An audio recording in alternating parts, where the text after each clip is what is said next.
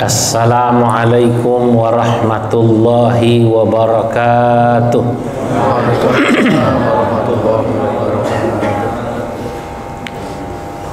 Alhamdulillahilladzi idza arada bi'abdihi khairan yufaqqihhu fid din. Wassalatu wassalam ala man ikhtassat wa tamayyazat ummatuhu bitasalsulil isnad ila yaumiddin. Sayyidina wa maulana Muhammadin wa ala alihi wa ashabihi alladhina tasalsala minhum wa ilaihim tafaqquhul ulama min hin ila hin. Amma ba'du fa inna allaha ba'atha sayyidana Muhammadan nabiyya wa rasulah wa arsalahu syahidan wa mubashiran wa nadhira wa da'iyan ila allahi bi'idhnihi wa sirajan munira wa amara bitta'allumi wat tafaqquh wa amarana bitta'allumi wat tafaqquh wa man arada lahu khairan yufaqqihhu fid din wa rafa'a min sya'nil ilmi wal ulama wa ja'ala al ulama warathatal anbiya fa idza kana la rutbata fawqa an-nubuwah fala syarafa fawqa syarafil wirathah litilka ar-rutbah fayatabaran nasu linaili dzalika asy-syarafil 'azim. Fama aktsaral muta'allimin wal mutafaqqihin wa ma aqalla man wasala ila martabatil mutabahhiril mutamakkin wa ila darajatil alimil mutafannin. Wa min hadhil afdhad al qalail Asy-Syaikh Muhammad Nawawi bin Umar Al-Bantani wa Syekhana Khalil Bangkalan wa Syekhana Muhammad Hashim Asy'ari. Allahumma rzuqna al-ma'arif ar-rabbaniyah wal lataif ar-rahmaniyah wa ballighna rutbatal ihsan wa wihdatasy syuhud. Amma ba'du. Yang saya muliakan para alim ulama, para masyayikh, wabil khusus Kiai Haji Khairul Sareh Rashid dari PBNU, ketua PBNU ya, senior Ansor yang sudah ke PBNU ya, juga yang saya hormati Wakil Rais Syuriah Kiai Azhari Qawim Ashari, kemudian ketua PWNU Bapak Haji Fauzi Bakhtar beserta wakilnya Pak Kiai Bukhari, juga sesepuh-sesepuh yang hadir di sini. Rusman, ketua IKPMU. Pak Rusman Yakub ya. Juga hadir di sini ya dari PB Direktur Lazisnu. Ya, kalau ketua umum itu nggak jelas gajinya. Kalau direktur itu jelas. Ya, direktur itu jelas. Nah, ya. Kemudian seluruh hadirin baik dari Lakpesdam, Banom, dan juga yang hadir lembaga-lembaga, ada mungkin PMII, Ketua Muslimat PMII maupun IPPNU atau IPNU yang hadir, termasuk Ansor. Pada malam hari ini alhamdulillah saya dapat silaturahim di gedung PWNU Kalimantan Timur. Alhamdulillah ini megahin. Saya berkesempatan hadir. Kalau ada PWNU berani ngampirin ke gedungnya, itu berarti gedungnya ada gitu. Sebab ada juga yang ketua PW itu saya datang nggak berani ngampirin, Pak. Ngajaknya ke hotel, rumah makan. Ini saya curiga, jangan-jangan nggak punya kantor ini. Tapi kalau gini percaya saya PWNU punya. Nah, saudara-saudara, Bapak Ibu yang saya muliakan, hari ini memang sesungguhnya acara utamanya itu tadi di Hotel Aston. acaranya Kemenko PMA, PMK, dan PBNU. Tapi menurut saya ini tetap utama nih buat saya. Ya, karena kumpul dengan pengurus di kantor PWNU ini utama. Ya. Apalagi kita hari ini akan berbicara tentang sanad keilmuan ulama NU dan bagaimana itu Islam Nusantara. Mungkin para hadirin dan hadirat yang berbahagia melihat ya apa yang pernah saya sampaikan di NTB itu yang kemudian jadi viral ya. Viral itu Ya, itu memang saya menjelaskan sederhana tentang Islam Nusantara itu. Yang boleh jadi sudah dijelaskan berkali-kali oleh para ulama, tapi itu mungkin menurut saya hanya menemukan momentumnya. Saya menjelaskan dengan sederhana tentang apa yang saya alami ketika saya mewakili PBNU hadir di Vrije University Amsterdam ketika PCI-NU mengadakan seminar internasional tentang Islam Nusantara. Nah, memang Islam Nusantara betapapun mungkin di Indonesia kemarin menjadi polemik, bahkan kemudian dibully gitu ya, buat orang-orang yang tidak suka dengan NU. Terlebih memang mungkin pada tahun-tahun yang lalu berbeda dengan sekarang. Kalau kita lihat kepemimpinan, gaya style kepemimpinan NU sekarang, pasti setiap orang berbeda kan. Nah, kalau yang lalu memang kesannya head to head gitu. Ya. Sono nyinggung jenggot, sini nyinggung jenggot gitu. Ya, sana nyinggung celana kita kurang cingkrang gitu, jawab sini kurang terlalu cingkrang. Nah, sekarang ini memang tidak. Tapi memang ala kulli hal ketika Islam Nusantara itu sesungguhnya adalah, saya ingat sekali judul atau tema dari muktamar di Jombang, kan begitu kan? Dari Islam Nusantara untuk perdamaian dunia, itu dulu. Kalau sekarang kan tidak. Kalau sekarang ini kan merawat jagat dan membangun peradaban. Ya sesungguhnya Islam Nusantara dengan membangun peradaban ya itu juga. Huwa. Karena sesungguhnya Islam Nusantara itu adalah Islam yang semangatnya membangun peradaban. Saya ulangi, Islam Nusantara itu ya Islam yang semangatnya membangun peradaban. Walaupun pada waktu itu saya jelaskan Islam Nusantara pada saat di Vrije University, innama huwa Islamu ahlus sunnah wal jamaah an-nahdiyah. Begitu saya sampaikan.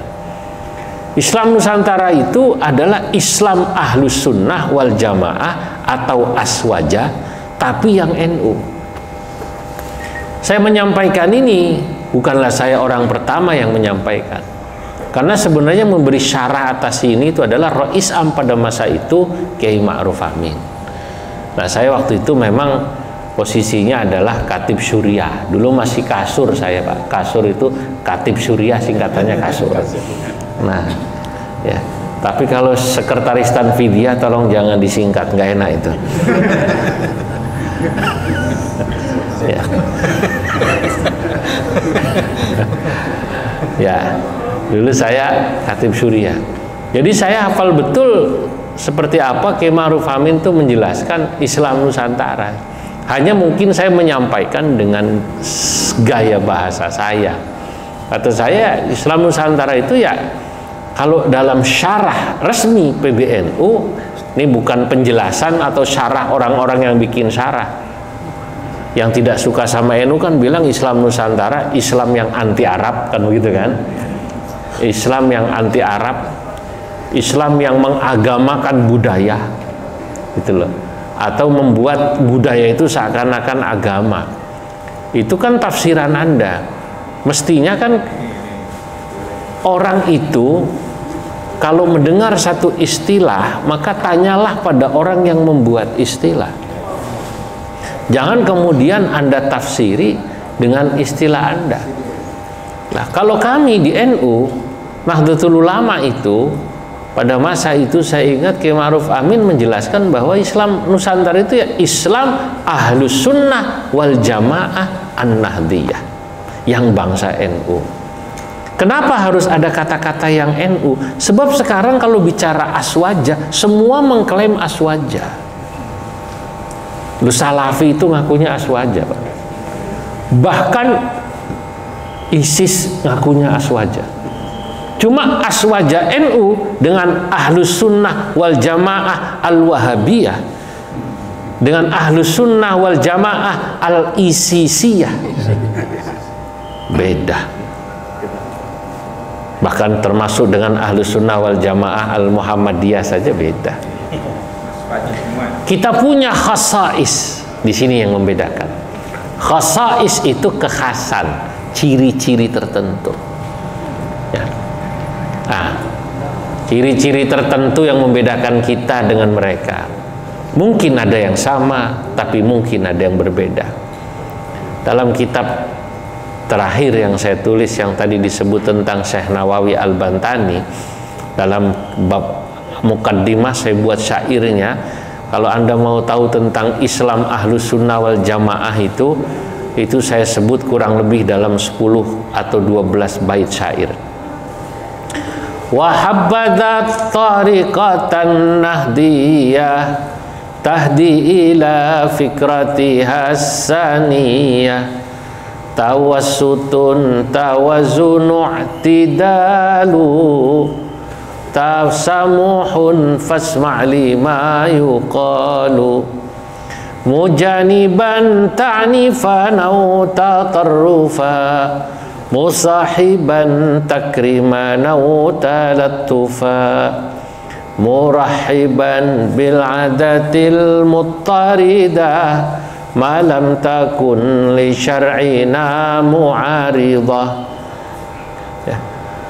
Wal ibratul jawharu wal ma'ani wa laysa bil madhari wal mabani fa in takun lil watani muhibba lidinika takun asyadda hubba himmatuha siyasatur rafi'ah islahu baldiha walil ma'murah wa habbadat tariqatan nahdiyah.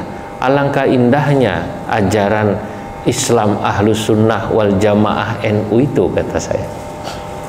Yang Anda boleh menyebutnya Islam Nusantara atau Islam berperadaban. Tahdi ila fikrati hasaniyah, karena semua fikrahnya saniyah, indah. Tawassutun, pertama tawassut.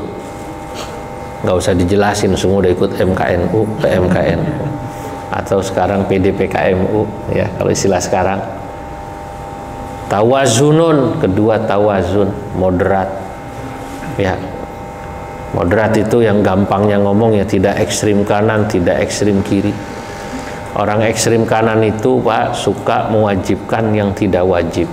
Itu cirinya. Kalau ekstrim kiri tidak mengharamkan yang haram, gitu saja gitu loh. Itu. Kalau NU itu kalau yang haram ya kita bilang haram gitu. Nah, kalau kita bilang sunnah, sunnah. Sekarang ini banyak orang yang ekstrim kanan, Pak. Ya, misalnya miara jenggot, ini sunnah, tapi oleh mereka dianggapnya wajib. Saya pernah ditegur pada satu ketika dalam satu pertemuan atau ketemu orang ditegur, saudara tahu kan kalau miara jenggot itu sunnah? Iya. Kenapa nggak miara jenggot? Lah udah tahu sunnah, kenapa ditanya kalau saya nggak ngerjain? Barang sunnah itu kan kita ngaji usul fikih dari zaman dulu, dikerjakan dapat pahala, tidak dikerjakan tidak dosa. Wong sunnah itu pilihannya banyak kok, Pak. Ada orang yang mungkin dia tidak memelihara jenggot sunnahnya, tapi Masya Allah mungkin wiridnya kuat. Mungkin dia tidak ahli wirid, tapi kemudian sunnah yang lain, nyedekahin atau berbagi sedekah, menyantuni yatim, ya kan? Itu juga bagian daripada sunnah. Ini. Nah, jadi tawassut itu tadi, ya, tidak ekstrim kanan, yang tidak mewajibkan sesuatu yang tidak wajib, juga tidak ekstrim kiri, yang tidak mengharamkan sesuatu yang tidak haram, atau Ya kalau itu haram ya kita bilang haram. Lah kalau ekstrem kiri akhirnya mohon maaf munculnya kayak model liberal. Kalau liberal ini juga NU tidak begitu, karena ulama NU sangat tahu itu. Kita insya Allah juga kadang-kadang dituduh liberal oleh sebagian orang, padahal di NU yang galak-galak itu banyak sekali gitu ya. Iya. Ya, saya termasuk orang yang membela ketua Lapakdam kita ini, Gusulil Absor Abdallah ya. Ya, yang selalu dituduh katanya liberal gitu. Satu ketika ada seorang kiai Jakarta yang kebetulan adalah Rais Syuriah PBNU pada masa itu, almarhum Kiai Haji Saifuddin Namsir. Ketemu saya di rumah saya waktu itu, beliau bilang, pokoknya intinya Mas Sulil itu liberal, panjang lebar. Saya cuman bilang begini, anu Kiai, itu Mas Sulil itu anaknya guru saya, kata saya. Saya ngaji sama ayahnya, Kiai Abdullah. Cuman beliau karena udah ke Amerika dan udah sampai Jakarta, nama bapaknya jadi sedikit dimodif, tidak Abdullah, Abdallah. Ulil Absar Abdallah. Kalau ditulis Abdullah nggak mau, Abdallah gitu. Nah, saudara-saudara, saya bilang setahu saya Mas Sulil itu Masya Allah orang soleh, orang alim, tawadu. Jangan-jangan sholat malamnya lebih rajin beliau daripada saya, kata saya begitu. Nah, apa yang terjadi? Inilah hebatnya seorang alim. Orang alim itu memang cirinya munsif. Munsif itu adil, Pak. Kalau melihat kebaikan dari orang, ya kita bilang baik. Kalau itu walaupun dia bukan golongan kita. Kiai Saifuddin Namsir nggak lama ketemu dengan saya, kemudian cerita, bener ente katanya. Ulil nggak seperti yang saya duga. Lah itu orang alim. Jadi bayangkan. Nah, saudara-saudara, tawazun seimbang ya, baina an-naqlis sahih ya, maaf, baina an-naqlis sarih wal aqlis sahih. NU itu selalu menggunakan akal ya, tapi juga menggunakan dalil nakli, dalil akli dan dalil akli. Dua-dua dipakai. Kenapa? Li'annahuma makhluqani lillahi ta'ala. Karena sesungguhnya dalil nas maupun akal itu makhluk Allah. Dalam kitab saya yang pertama, saya menulis kitab Al-Fatwa wa ma la yanbaghi lil mutafaqqihi jahlu. Saya tulis satu pasal tentang daurul aqli fi fahmin nusus wal maqasid. Apa sesungguhnya peran akal dalam memahami nas dan maqasidus syariah. Nah, ini yang ngerti begini nih, yang kalau nggak mesantren ya sudah ikut PPWK Suriah. Ya. Kalau dijelasin panjang ya paling manggut-manggut ya mumet gitu paling. Ya. Paling gampangnya begini, kalau ada orang yang hanya menggunakan nas, tidak menggunakan akal, itu biasanya cara berpikirnya cekak, tekstual, disebutnya zahiriyah al-judud. Contoh, sekarang nih banyak ya saudara-saudara kita, saya menyebut Islam juga itu karena Islam saya bilang saudara, saya nggak perlu memusuhi, tapi cara berpikirnya itu kaku sekali. Misalnya ada hadis, ini kalau orang yang cuman pakai nas nggak pakai akal, dia tidak tahu tentang maqasid, karena kan akal ini salah satu tujuannya adalah untuk memahami apa sesungguhnya maksud. Maksud itu jamaknya maqasid. Maksud daripada teks itu. Karena yang namanya teks, nas, Quran, hadis tidak pernah bisa dilepaskan dari satu konteks, gitu loh. Kenapa dulu Nabi mengatakan innallaha ta'ala la yaqbalu mri'in musbilin izarah.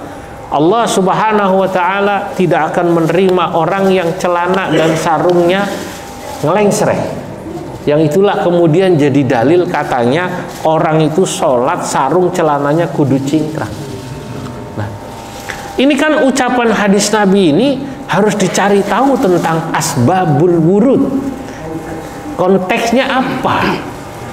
Oh, ternyata konteksnya adalah kembali kepada tradisi di mana pada masa Nabi hidup, orang sombong itu, saudara-saudara, biasanya di antara cirinya kalau pakai celana gamis ngelengsret. Maka Nabi mengatakan Allah tidak suka orang yang sombong, yang salah satu cirinya kalau pakai celana sarung itu apa namanya? Lengsret. Sahabat Abu Bakar bertanya pada Nabi, ya Rasulullah, saya ini kalau pakai sarung atau gamis sering lengsret. Oh, kalau kamu nggak apa-apa Abu Bakar, saya tahu kalau kamu tidak sombong. Oh, berarti cingkrang atau tidak cingkrang itu tergantung sombong apa tidak sombong. Kalau sekarang orang cingkrang sombong, tetap aja nggak diterima sholatnya. Karena tidak diterimanya bukan karena kecingkrangannya atau tidak cingkrang, tapi karena apa namanya? Kesombongannya, gitu loh. Tapi karena tadi kaku cara memahami hadisnya, pokoknya hadisnya nggak boleh cingkrang, titik lah, susah Pak. Nah, itu sama kayak begini. Orang kalau nggak mau pakai akalnya, ada hadis saudara-saudara yang berbunyi begini, ya, la yabulanna ahadukum fil ma'ir rakid awid daim. Jangan sekali-kali Anda kencing di air yang tidak mengalir. Kalau orang yang menggunakan akal, selain memahami nas ini dicari tahu kenapa dilarang, kan begitu kan? Oh, karena kalau air tidak mengalir, begitu Anda kencing najis semua. Tapi kalau dia mengalir, tergantung seberapa lebar itu kali, sungai kecil itu. Nah, kalau orang yang kaku memahami dilarang kencing di air yang diam, dia tidak kencing tapi berak. Waktu ditanya, kenapa Anda berak? Hadisnya cuma melarang kencing. Besok-besok Anda, Bapak bikin tulisan tuh di tempat wudhu, ditulis dilarang kencing di sini. Berak dia di situ. Mas bisa baca nggak Mas? Apa? Itu apa tulisannya? Dilarang kencing di sini. Paham kan? Paham. Kenapa Anda berak? Saya nggak kencing Pak, cuma berak gitu. Nah, ketemu orang begini nih pekok namanya. Kata orang Jawa apa namanya? Pekok. Lah, sebenarnya NU itu ngajarin kita indah Pak, karena tidak akan kaku seperti ini. Itulah tawazu. Ya, tasamuh.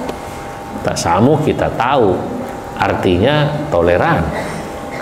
Toleran itu ya intinya yang menghargai perbedaan. Maka bapak-bapak, ibu-ibu, saya ingin sampaikan, ya, dan ini juga disampaikan oleh ketua umum kita, ya, saya minta, sudahlah, kita itu kalau ada orang mau tahu tentang fikroh kita, pemikiran NU atau dalil-dalil amaliyah NU, jelaskan. Tapi kita nggak perlu nyerang orang-orang itu, nggak perlu.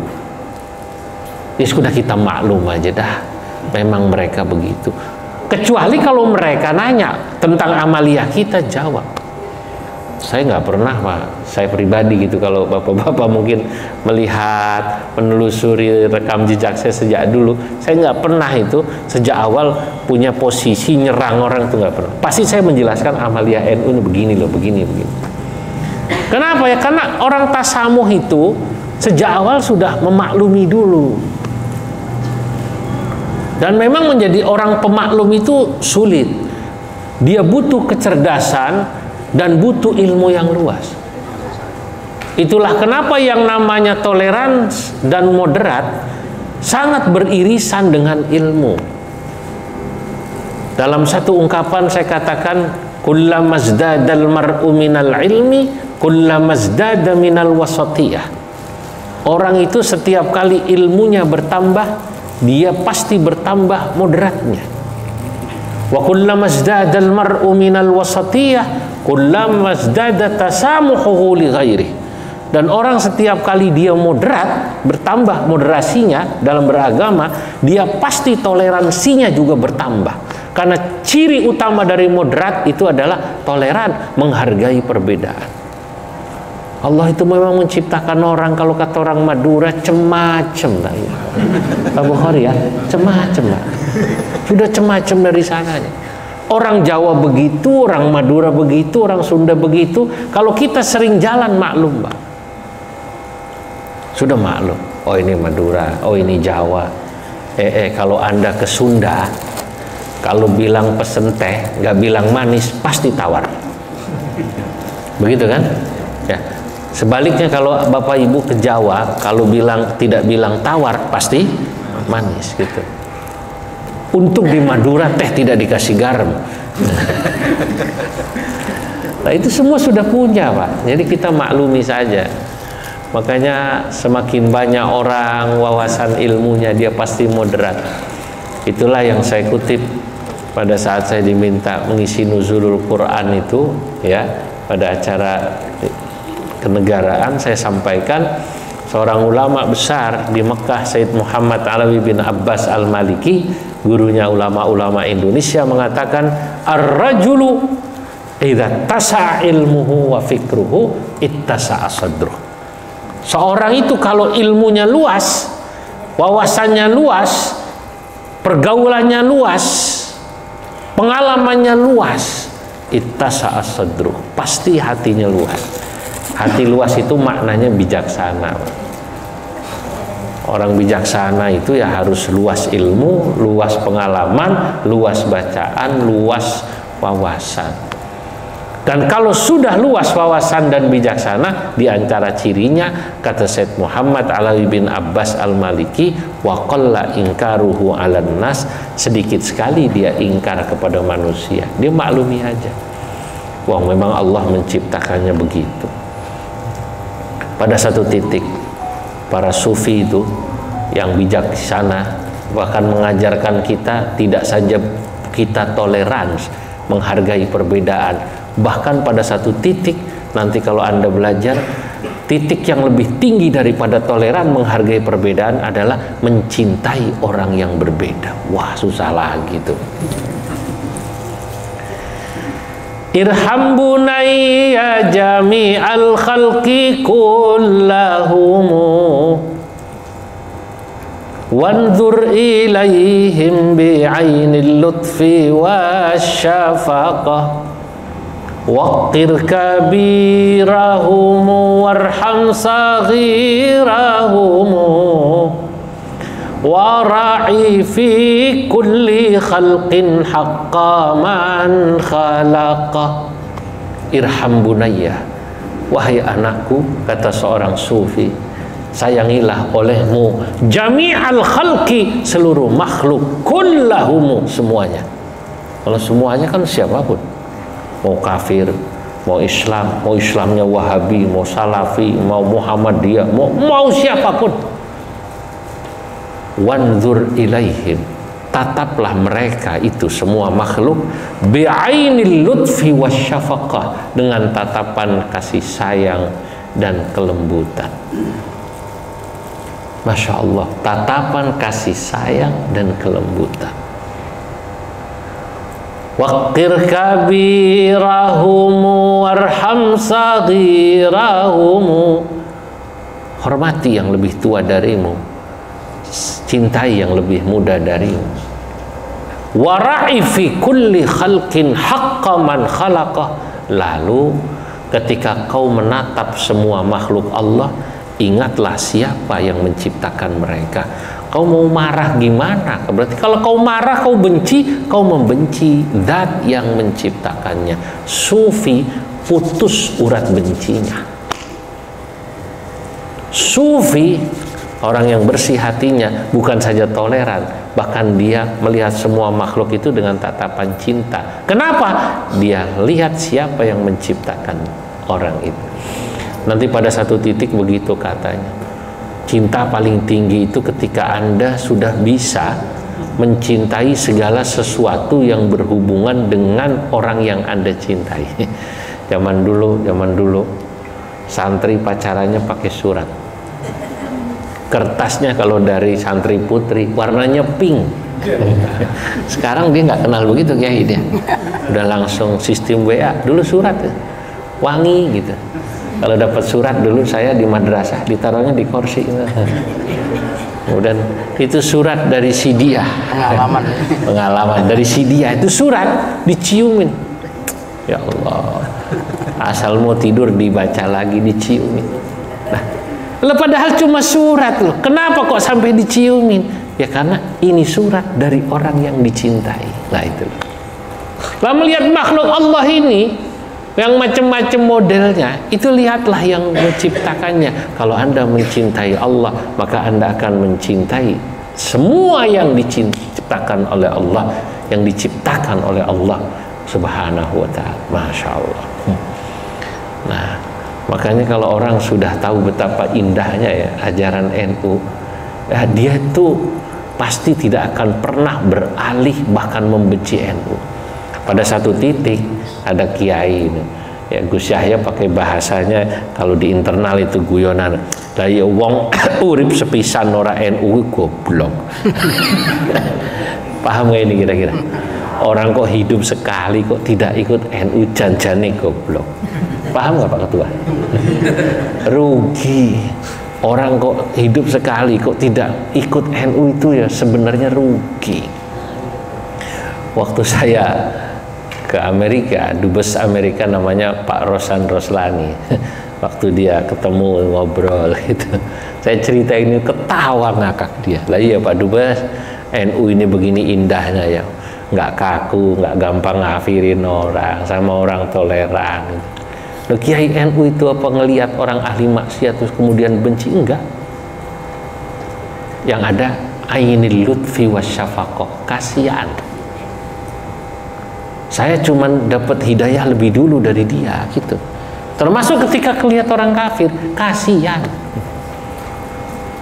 Saudara, saya pernah menceritakan bagaimana lembutnya ulama NU ya, yang tadi punya tawassut, tawazun, i'tidal dan tasamuh itu, ketika ada seorang alim besar dari Kudus namanya Mbah Arwani. Saya baru seminggu yang lalu kurang, saya ke Kudus. Ya, ketemu putra beliau ngisi acara khataman Quran. Itu Mbah Arwani ya, tahun 80-an lah atau mungkin kurang persisnya saya lupa. Itu ke Jakarta. Orang zaman dulu itu kan belum punya mobil keren kayak sekarang, Alphard, Pak. Belum. Ya. Atau Fortuner belum. Kiai zaman dulu itu kalau punya uang biasanya buat beli tanah, bangun madrasah. Kalau setengah kiai sekarang itu ya, bahkan belum kiai baru setengah kiai gitu ya. Kalau punya uang biasanya kawin lagi. Udah mulai lain. Kalau kiai zaman dulu gitu, dia mobil nomor sekian. Kalau kiai, kalau pengusaha nggak apa-apa Pak, pengusaha harus punya gitu. Nggak apa-apa. Nah itu Mbah Arwani itu naik mobil L300 dari Kudus sampai Jakarta, itu pun mobilnya nyewa. Karena nyewa, supirnya supir cabutan. Supir cabutan tau ya? Ya, supir ya, pangkalan lah. Sebut aja namanya Edi gitu. Sepanjang jalan saudara-saudara itu dari Kudus sampai Jakarta, supir ini yang disetel di tip itu bukannya pengajian, yang disetel lagu dangdut Rhoma Irama Pak. Terajana, oh panjang. Mbah Arwani itu hafal Quran, mursyid thariqah, duduknya di depan. Sedikit pun nggak marah, malah beliau sambil deres Quran. Tapi yang ikut di belakang, maklum santri kan wawasan ilmunya belum kayak kiai, marah sama supir, lama-lama nggak tahan. Utakmu nang diet. Otak lu di mana katanya? Kamu itu bawa kiai katanya. Sepanjang jalan nyetelnya dangdut. Nasi daria masih lumayan, jilbab putih. Ya. Ini kok dangdut katanya. Apa yang terjadi? Ketika santrinya kiai yang ikut atau pendereknya itu mengomeli supir, Mbah Arwani bilang, rapopo enak rapopo rapopo nggak apa-apa enak terusin rapopo terus rapopo. Sing penting kata Mbah Arwani, yang penting kue orang ngantuk orang nabrak gitu loh. Yang penting kamu nggak ngantuk, nggak apa, tidak nabrak. Kan supir yang penting happy Pak, daripada di setel ngaji Quran malah ngantuk lah kan gitu. Coba asik. Nah ini makositnya itu harus dipahami. Nah Baik. Pertanyaannya, kenapa kok ulama NU, ulama Nusantara kita, kok bisa kayak begini nih? Nah, karena ada sanad. Nah, gitu loh. Pemahaman tawasud, tawazun, iktidal, kemudian apa namanya, tasamuh itu karena ada sanad. Kesimpulannya, kenapa ke ulama kita bilang 4 ini utamanya? Itu karena begitu diperes, diteliti, para Nabi Muhammad dan para sahabat dan tabi'in, atau yang kita mengikutinya, yang kemudian disebut ahlus sunnah, ay sunnatir rasul, wal jamaah, ay al jamaah minas sahabah wat tabi'in, yang kita ikuti Nabi dan sahabat, ya intinya yaitu tawasud, tawazun, i'tidal, berlaku adil, dan tasamuh, toleran. Intinya taunya dari mana? Dari sanad. Sanadnya apa? Kitab-kitab itu, kitab tasawuf yang dibaca, kitab fikih yang dibaca, kitab tauhid yang dibaca, kitab tafsir yang dibaca, semua intinya itu kalau dilihat ya itu pemikirannya. Diperes lagi yang paling sederhana apa cirinya? Ya, kalau tadi itu mencintai pada semua makhluk yang berbeda, kedua cirinya Islam Nusantara atau Islam Ahlus Sunnah wal Jamaah NU ini, atau yang berperadaban itu, adalah tidak gampang mengkafirkan orang dan memusuhi orang. Itu sajalah. Jadi kalau Anda lihat nanti anak-anakku ini kok ikut kajian isinya nyalain orang, isinya ngafirin orang, itu bukan watak NU. Kalau ada orang NU yang begitu bagaimana? Berarti juga NU-nya belum lulus PDPKP NU-nya, belum lulus PKPM NU-nya, atau belum ikut PPWK NU. Kalau dia sudah lulus, paham sempurna, insya Allah tidak. Insya Allah tidak. Karena Imam Al-Asy'ari, Abul Hasan Al-Asy'ari, beliau ya, yang kemudian dikutip oleh murid-muridnya, diceritakan oleh Imam Az-Zahabi dalam Siyaru A'lamin Nubala, beliau mengatakan, apa katanya, beliau bilang pada muridnya yang bernama Zahir As-Sarakhsi, ya Zahir ishhad alayya, Zahir dengarkan omonganku, saksikan omonganku, anni la ukaffiru ahadan min ahlil kiblah, posisiku adalah aku tidak akan pernah mengkafirkan sesama muslim min ahlil kiblah selama dia masih menghadap kiblat, sholatnya sama kiblat. Kalau cuman beda organisasi NU Muhammadiyah silahkan. Ini intinya. Jadi makanya Pak, dalam bahasa sederhana, salah satu di antara ciri ulama Nusantara yang itu tadi saya sebut dalam mukaddimah saya, yang utama itu Syekh Nawawi, dari Syekh Nawawi turun ke Syekhona Khalil, Syekh Mahfud, Mbah Hasyim Asy'ari sampai kita, dan ke atas dari Syekh Nawawi naik terus ke Imam Bajuri, Imam Nahrawi, naik terus nanti ke Imam Romli, Ibnu Hajar Al-Haytami, naik terus ke Imam Nawawi dan Ar-Rafi'i, naik terus sampai kemudian ke Imam Syafi'i, antariqil Khurasaniyin wa antariqil Iraqiyin, baik lewat jalur ulama-ulama Khurasan maupun ulama-ulama Irak, sampai kemudian tabi'in, sahabat dan nabi. Itulah sanad yang saya tidak bisa menjelaskan ini di malam ini secara detail, tapi di kitab saya sudah jelaskan, di buku saya sudah jelaskan. Sayangnya saya tidak bawa karena saking buru-burunya tadi, banyak di rumah itu ya. Sayang sekali sebenarnya, yang bawa mestinya bukan saya, kan pesawat ya mestinya ya. Tapi sayang sekali itu tadi tidak sempat terfikir karena sibuk sekali. Nah, kedua keutamaan ulama Nusantara ini selain sanad, apa ya yang membuat pemikirannya moderat?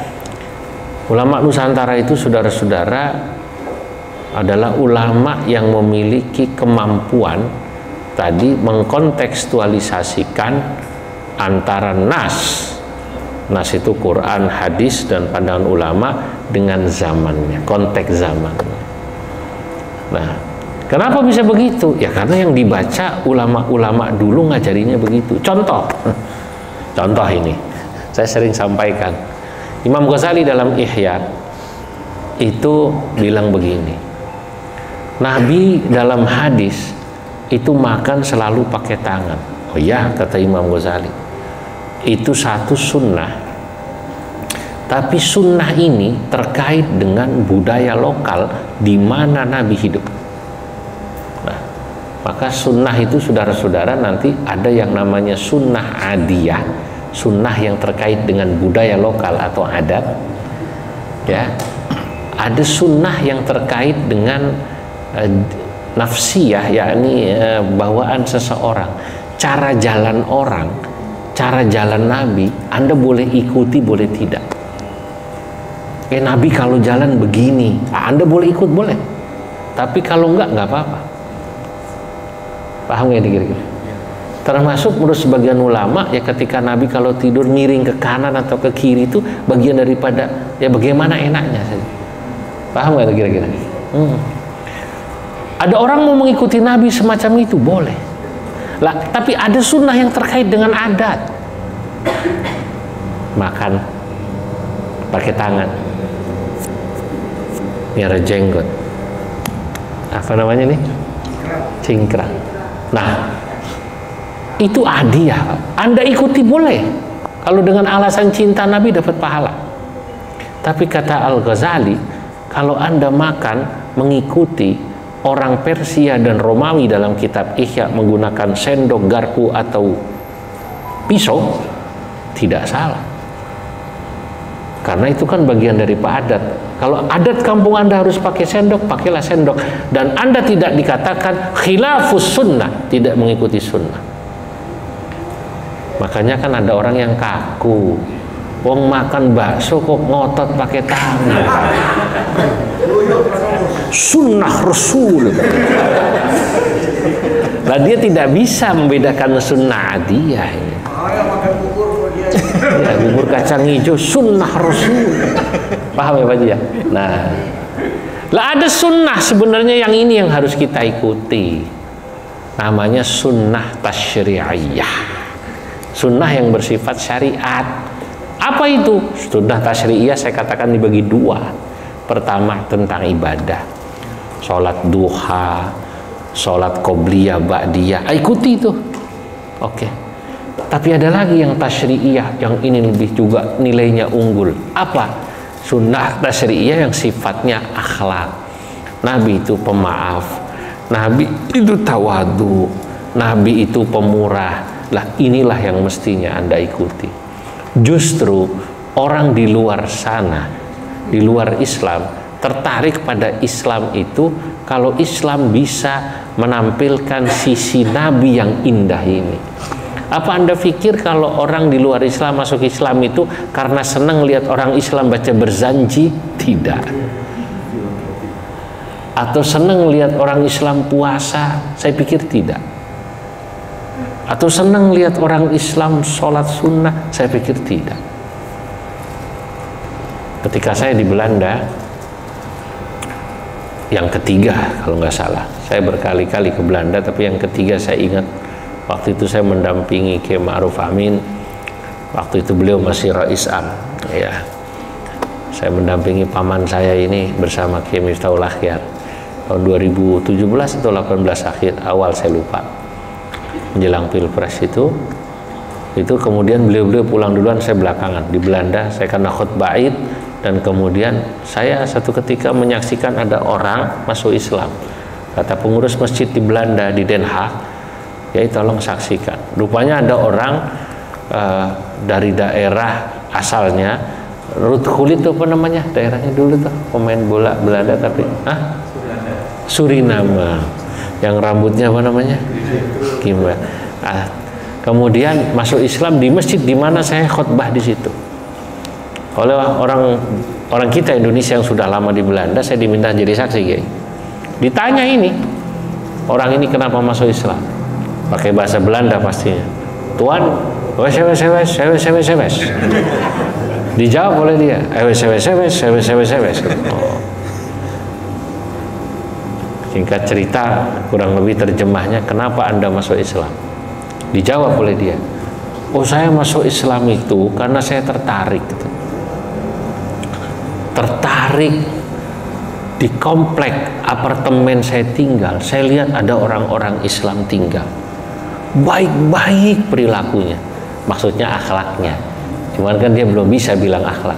Baik-baik perilakunya, kalau ketemu senyum, suka nolong orang, tidak menampakkan permusuhan, kebencian. Saya suka sekali. Maka saya tanya, di mana saya bisa seperti Anda? Oh ya, kalau mau seperti saya ke masjid masuk Islam. Oke, saya ingin belajar tentang Islam. Rupanya seneng bukan karena kita ahli sholat, ahli puasa. Mungkin dia kan nggak tertarik, Pak, itu ada apa sih? Bahkan ketika saya ke Jepang, itu saya dapat cerita dari anak-anak NU di Jepang. Orang Jepang itu malah menganggap orang Islam yang puasa itu gila. Termasuk yang di Korea itu, saya ke Korea. Kamu gila ya katanya. Kamu nggak makan dari jam berapa? Jam 4 pagi. Sampai jam berapa? Jam 8 malam. Gila kamu yang bunuh diri. Loh, mereka kalau lihat orang Islam begini mungkin nggak suka. Tapi begitu melihat orang Islam akhlaknya bagus-bagus, mereka suka. Lah inilah keindahan Islam. Inilah sunnah tasyri'iyah yang bagian akhlak. Lah Islam aswaja, Islam Nusantara itu sebenarnya Islam yang paling mirip dengan Nabi menurut saya ya, dari sisi ini. Mereka mengikuti akhlak Nabi.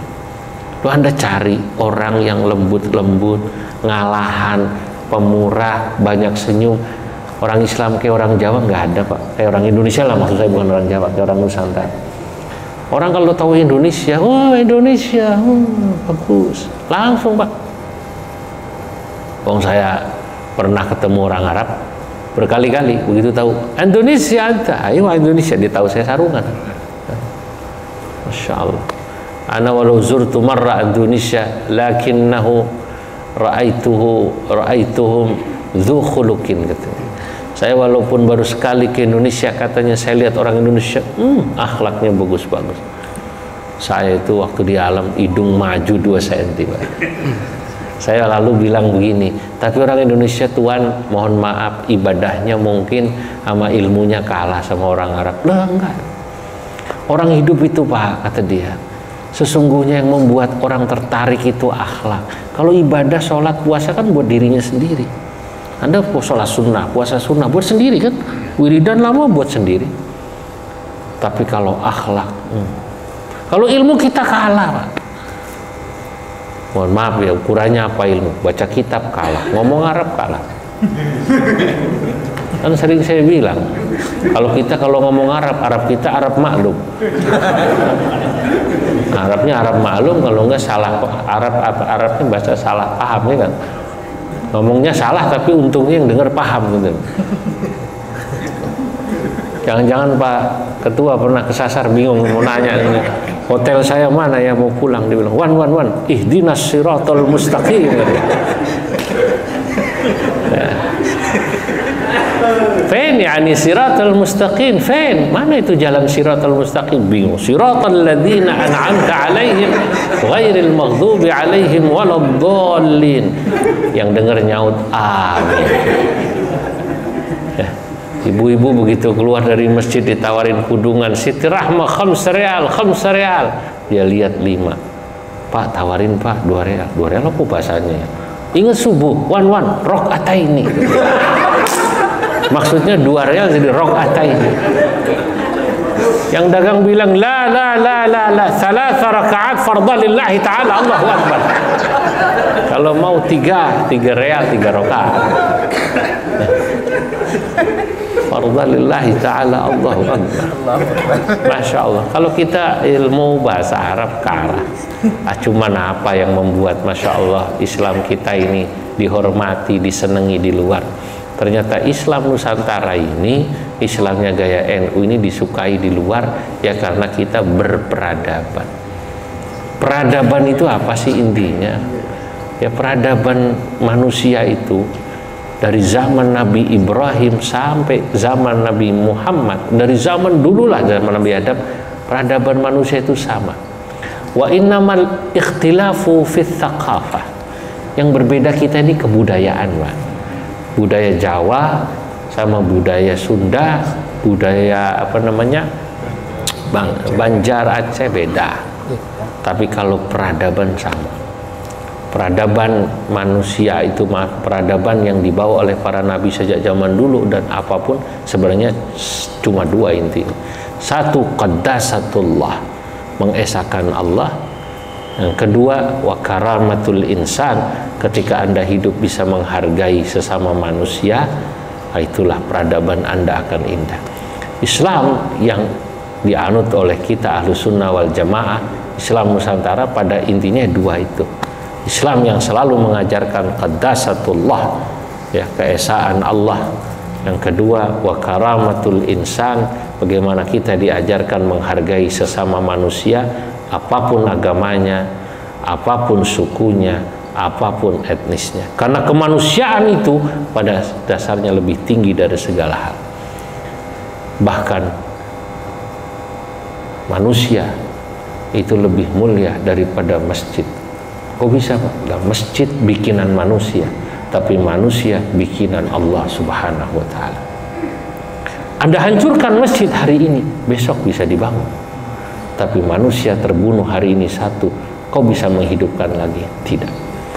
Maka membunuh sesama manusia atas nama masjid, atas nama agama, adalah sungguh menunjukkan dia tidak paham tentang peradaban yang indah, tentang peradaban. Kalau orang tahu tentang peradaban, dia tidak akan membunuh manusia. Hadirin, tentunya saya ingin panjang ya. Tadi baru 2 bait ya. Itu baru 2 bait ya. Ya nggak cukup, memang itu ngajinya lama, nulisnya juga lama. Tapi ini sudah 1 jam. Semoga bermanfaat. Lain waktu kita lanjutkan lagi. Terima kasih. Assalamualaikum warahmatullahi wabarakatuh.